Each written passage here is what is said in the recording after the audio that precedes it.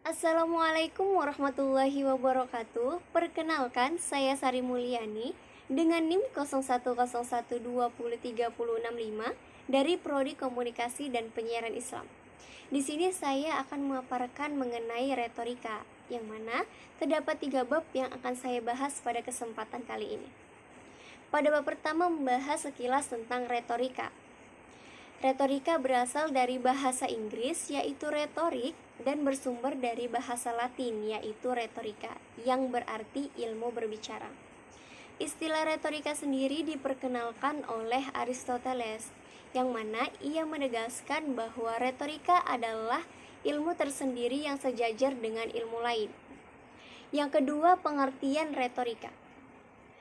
Terdapat penjernihan rumusan pengertian retorika menurut Aristoteles yang dilakukan oleh W.S. Roberts, yakni retorika adalah seni mengafeksi atau menarik minat pihak lain dengan cara mengatur unsur-unsur pembicaraan untuk meraih respon pendengar.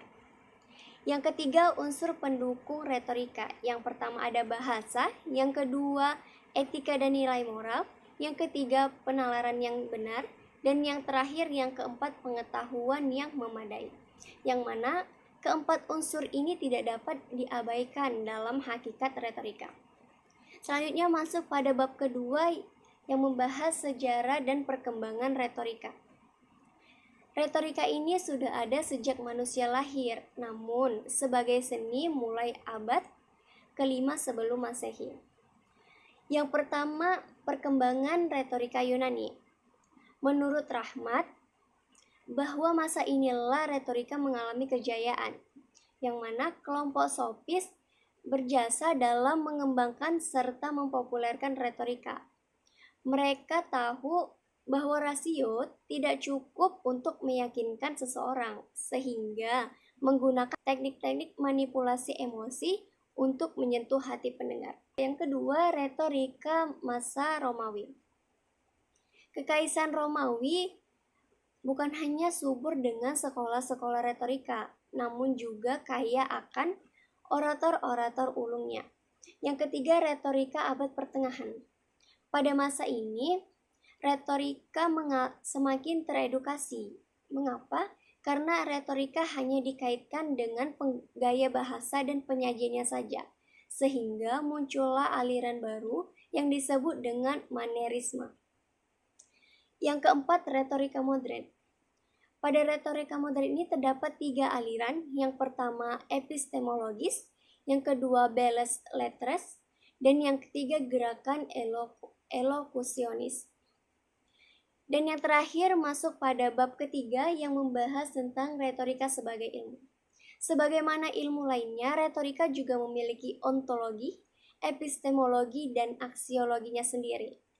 Yang mana ontologi retorika yakni objek yang dikaji dalam retorika. Secara umum, retorika mengkaji tentang manusia dan kegiatan pembicaraannya.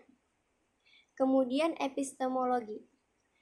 Ciri utama yang menandai kehadiran suatu ilmu adalah metode yang dikembangkan. Menurut Aristoteles, bahwa retorika memberikan metode yang dapat memudahkan dalam menemukan kebenaran dan meneruskannya di tengah-tengah masyarakat untuk membina kehidupan yang lebih baik. Dan yang ketiga yaitu aksiologi retorika. Selain memiliki objek yang jelas dan metodenya, juga harus ada manfaat yang jelas, yang mana manfaat dari retorika yang pertama, menuntun pembicara dalam mengambil keputusan. Yang kedua, mengajar pembicara dalam memilih argumen. Yang ketiga, mengajar penutur dalam mempersuasi. Dan yang terakhir, yang keempat, membimbing berbicara secara rasional. Mungkin ini saja yang dapat saya sampaikan. Kurang dan lebihnya saya mohon maaf. Saya akhiri. Wassalamualaikum warahmatullahi wabarakatuh.